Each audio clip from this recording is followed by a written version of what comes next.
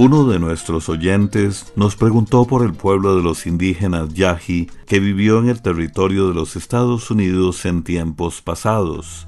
Este pueblo ya no existe. No queda ni un solo descendiente de ellos. La historia de este pueblo es muy triste y a la vez muy hermosa. Es conmovedora y triste porque nos damos cuenta que los seres humanos, con tal de dominar a otros, cometen exterminio sin piedad. Y es hermosa porque, gracias a ella, surgen en nosotros sentimientos que nos ayudan a evitar que, en nuestros días, otros pueblos indígenas sufran el mismo triste final que corrió el pueblo Yahi. Conoceremos hoy esta historia por lo que contó el último de los Yahi que logró sobrevivir después de escuchar una canción dedicada al amanecer. Es de los indígenas cherokees que todavía habitan en los Estados Unidos, pues como les dijimos, el pueblo Yahi ni siquiera nos pudo dejar un recuerdo de sus canciones.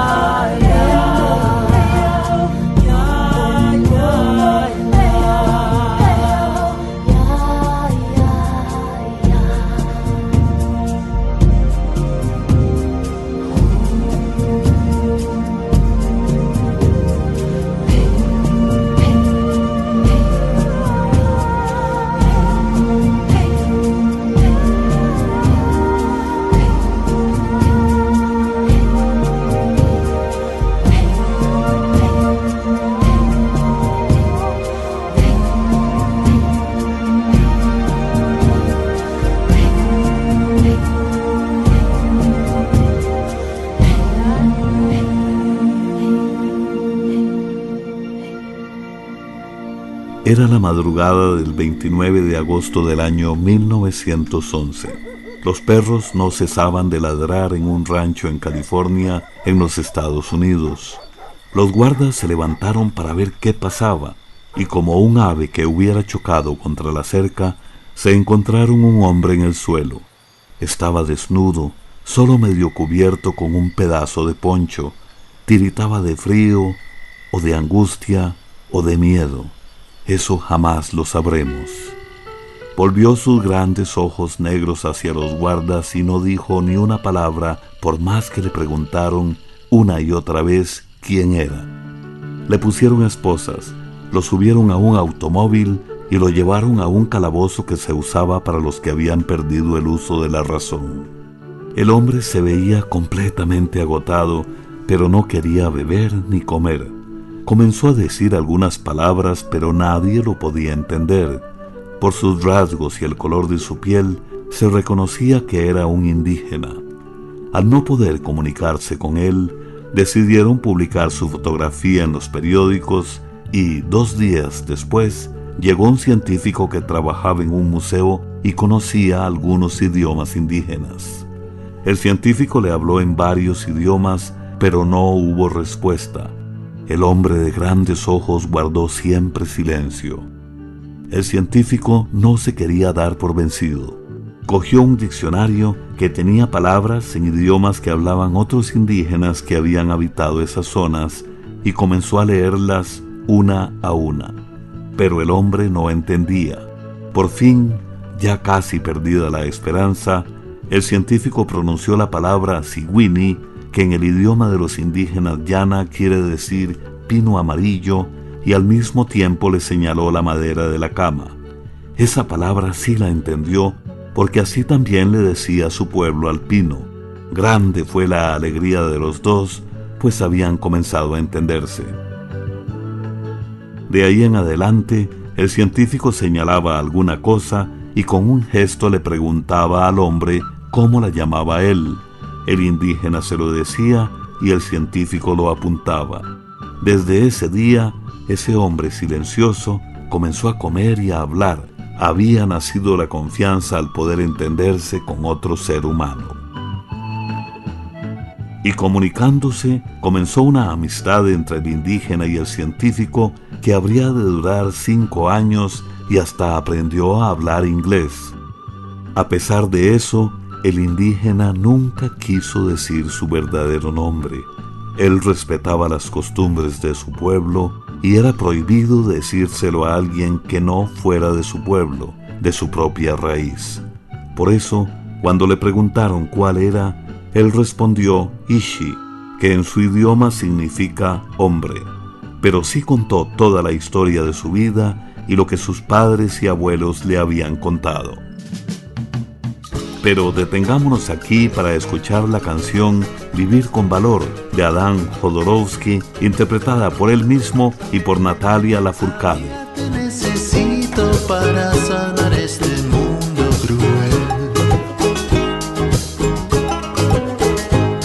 Amigo, cuenta conmigo, sembremos con nuestras almas el bien. Podemos hacer un milagro, revivir todo lo sagrado, rescatar lo que se perdió. Cambiemos el color de la amargura, sembremos puro amor sin pestañear, sin temer a reír hasta la locura. Nada es más hermoso que vivir con valor.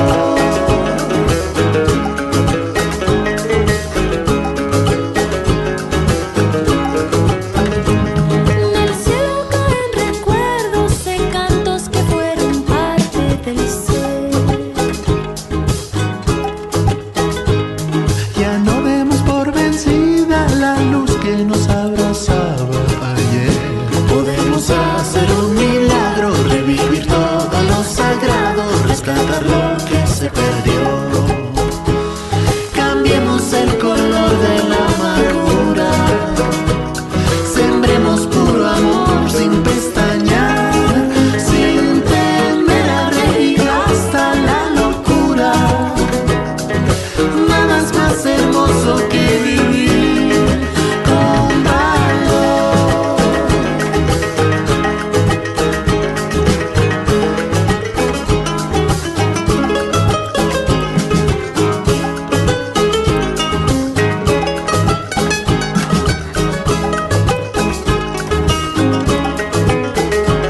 Y a pronto podremos vernos curando de 1000 heridas de amor.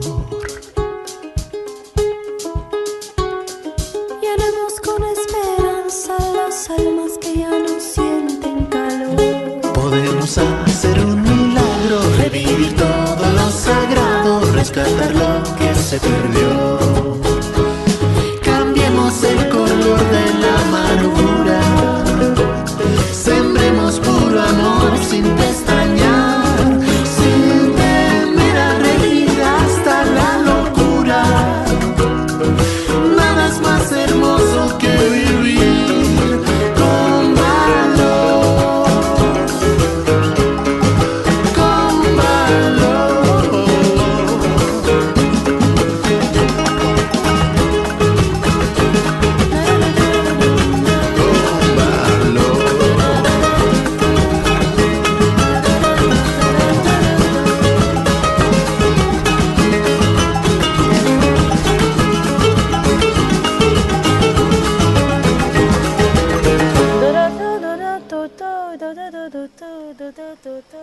Como les estábamos diciendo, Ishi contó toda la historia de su vida y lo que sus padres y abuelos le habían contado.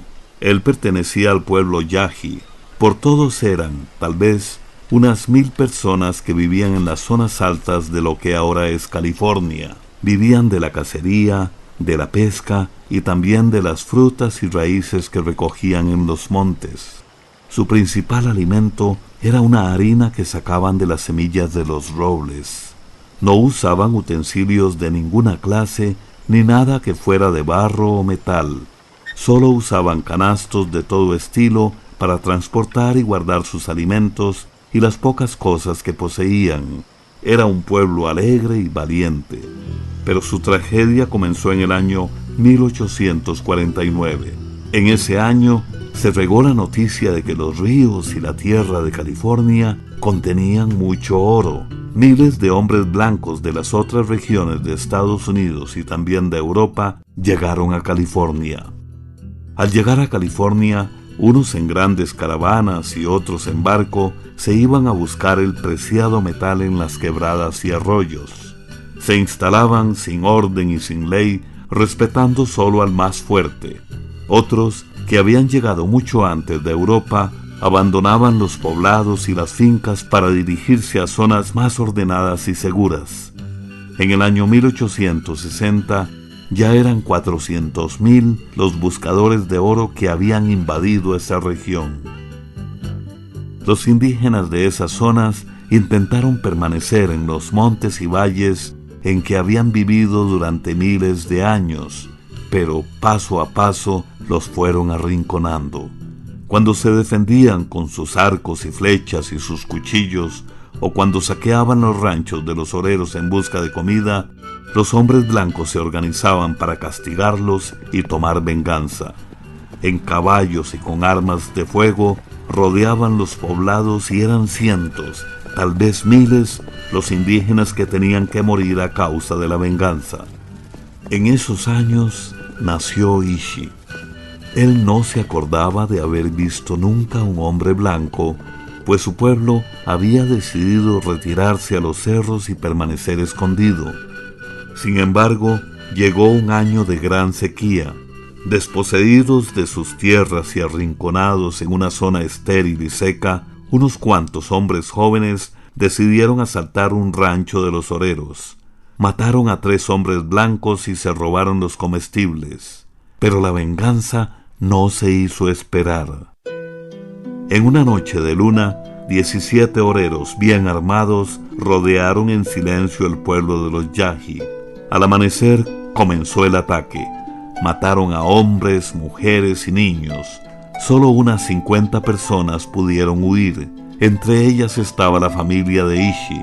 Él mismo tendría quizás unos 3 años de edad. El pequeño grupo de indígenas que quedó se retiró a vivir a una cueva en el cañón de un río. Pero 2 años después los volvieron a atacar. Los oreros llegaron de sorpresa y no dejaron salir a nadie de la cueva. Ningún indígena quedó con vida. 33 cadáveres cubrían el suelo de la cueva. Después de esa matanza, los blancos estaban seguros de que, ahora sí, no quedaba ni un solo indio Yaji que los volviera a molestar. Pero 2 días después, llegaron unos sabaneros y se asomaron a la cueva. ¿Cuál sería su asombro al ver que los cadáveres habían sido retirados? Probablemente para darle sepultura religiosa, según la costumbre de los Yaji. Vamos a escuchar ahora otra melodía indígena. Esta es sobre la sanación del espíritu a través de la música de los indígenas Lakota, también de los Estados Unidos.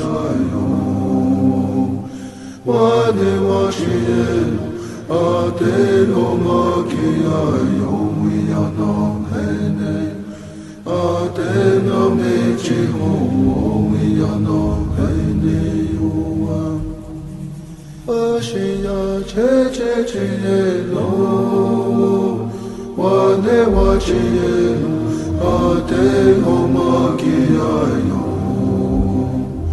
wane wa che ate no ma ki ayo wane chieno, ateya no haineo.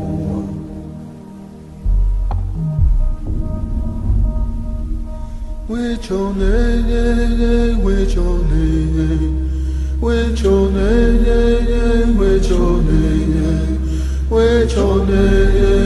wichone, wichone, wichone, wichone, chakoki, elo no mawachi, no mene, wichone, wichone, wichone, wichone, wichone, chakoki, elo no mawachi, no mene.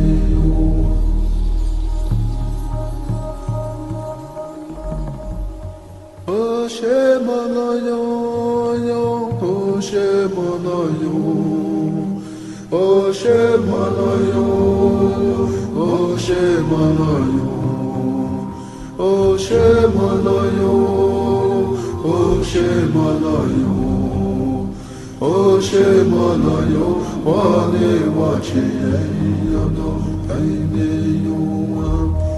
Wakatakarayo, Oshemanayo, Oshemanayo, Oshemanayo, Oshemanayo, wane wachiye yano aineyo. Wichone, wichone, wichone, wichone, wichone, wichone, wichone, wichone, wichone, chakoki, elo no mawachi, no mene, wichone, wichone, wichone, wichone, wichone, chakoki, elo no mawachi, no mene, no mene.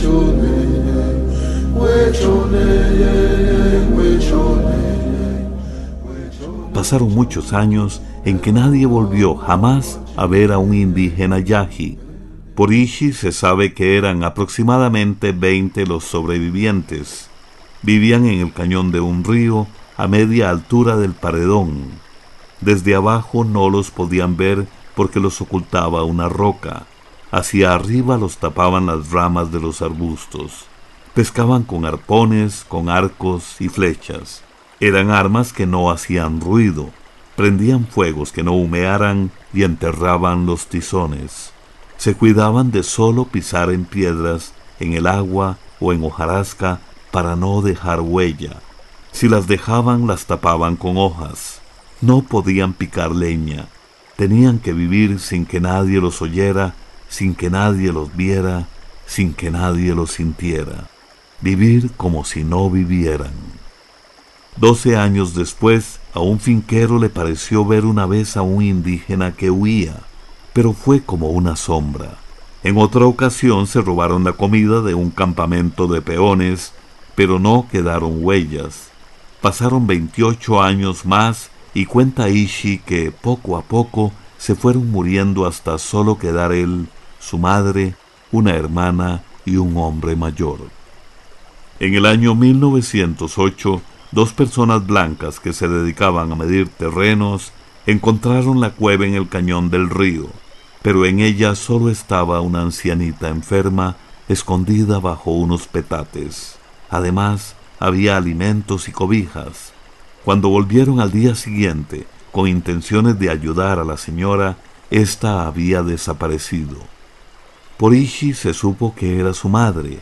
Al verse descubiertos, huyeron los 4 y poco después murieron las 2 mujeres y el hombre anciano, quedando solo Ishi. Lo que sucedió entonces en el corazón de Ishi, ni él mismo lo pudo explicar jamás. Pero ningún ser humano ha nacido para vivir en la soledad completa. Resistió 3 años hasta el día en que se lanzó, desesperado, contra la cerca del rancho en busca de seres humanos, a pesar de que estaba convencido de que lo iban a matar. Y aquí volvemos al principio de esta historia. Les contábamos que cuando los guardas del rancho encontraron a Ishi, lo encerraron en un calabozo que se usaba para los que habían perdido la razón, y allí llegó a verlo el científico. Este señor, junto con otro compañero, se dedicaban al estudio de la vida de los seres humanos en tiempos remotos. Por eso les interesaba mucho que Ishi les contara de su vida y de su pueblo. No querían llevarlo a la casa de ninguno de los 2, pues tenían miedo de que se fuera a sentir muy extraño en una casa moderna y en medio de una familia de costumbres tan distintas. Resolvieron dejarlo viviendo en un cuarto en el museo y pedirle que ayudara en la limpieza. El mismo día aprendió a barrer y a sacudir y hacía su trabajo con gran dedicación. Muchas horas del día, los científicos aprendían con él el idioma Yaji. Ishi aceptó vestirse como sus amigos. Lo único que le molestaba eran los zapatos y solo se los ponía en casos muy especiales. A pesar de haber vivido toda una vida casi desnudo, no permitía que le vieran y menos que lo fotografiaran si no estaba completamente vestido. Solo lo permitió cuando una vez fueron a la zona en donde él había pasado su vida anteriormente. El baño con agua de cañería le hizo mucha gracia, pues estaba acostumbrado a bañarse en los ríos. Comer en un plato con tenedor y cuchillo no le causó ninguna molestia. Le gustaba mantener todo a su alrededor muy ordenado y limpio. Sus nuevos amigos lo llevaron a conocer muchos lugares y cosas para él desconocidas. No conocía los automóviles y de los trenes solo había escuchado el pito en la lejanía. No conocía el mar, pero nada le asustaba. Era gentil y educado de natural. Lo llevaron al teatro y ahí lo que le impresionó y le gustó fue el montón de gente. Durante su vida solo había llegado a conocer a unas 15 personas. Aprendió a firmar y, usando el tranvía, iba al banco a cambiar el cheque de su sueldo. Pero los profesores estaban empeñados en conocer a fondo su anterior manera de vivir y por eso se empeñaron en ir a pasar unos días a los lugares donde Ishi y sus compañeros habían vivido ocultos durante 50 años. Cuando llegaron a su tierra, quizás se sintió libre. Ágil y alerta, escuchaba las voces de los animales y las remedaba casi todas. Observaba sus huellas casi invisibles y rebuscaba en los ríos. En cosa de minutos y sin herramientas, hacía un arpón para pescar, lo mismo que puntas de lanza de piedra para cazar animales grandes. Sus amigos lo vieron tirar fácilmente con arco y flecha un pájaro que alzaba vuelo, un conejo en plena carrera y un venado que estaba a más de 35 metros. Lo que desesperaba a los profesores y no podían entender era su paciencia. Ishi podía permanecer horas enteras en un mismo lugar sin hacer el menor movimiento, esperando a su presa. Él sabía qué animal tendría que pasar por ahí y nunca fallaba. Les mostró a los profesores más de 200 plantas medicinales y les explicó su uso. También les mostró cómo se hacían cuerdas muy resistentes de las fibras de algunas plantas que usaban para bajar desde lo alto de los cañones hasta el río y volver a subir. Les enseñó también a prender fuego con solo 2 pedazos de madera. Cuando los profesores vieron a Ishi tan lleno de vida en su ambiente, pensaron que iba a querer quedarse, pero Ishi, con tristeza, les dijo que no. Quería vivir hasta su muerte en el museo. Y así fue. En el año 1916, 5 años después de haber llegado, Ishi enfermó gravemente de tuberculosis. El médico que lo atendió y cuidó en el hospital también le puso un gran cariño. Admiraba la fuerza extraordinaria de ese hombre que, a pesar del hambre, el dolor y de la muerte de todos sus seres queridos, nunca perdió su moral, nunca perdió su fe. Siempre fue recto, sincero, humanitario y compasivo, y así tiene que haber sido su familia y su pueblo. Cuando murió, dijo el doctor, Ishi era valiente y disciplinado, y a pesar de que los hombres le quitaron todo, no había amargura en su corazón. Tenía el alma de un niño y el espíritu de un sabio. Lo enterraron según las costumbres de su pueblo. Su cuerpo fue quemado y las cenizas se depositaron en una urna indígena junto con su arco, 5 flechas, un canasto con harina de semillas de roble y algunas puntas de lanza. Y aunque nunca sabremos el nombre de Ishi, como tampoco sabemos el nombre de tantos niños, mujeres y hombres indígenas que aún nos acompañan, que esta historia nos llene de esperanza para seguir juntos conviviendo en paz en esta tierra que es de todos los seres humanos que habitamos en ella.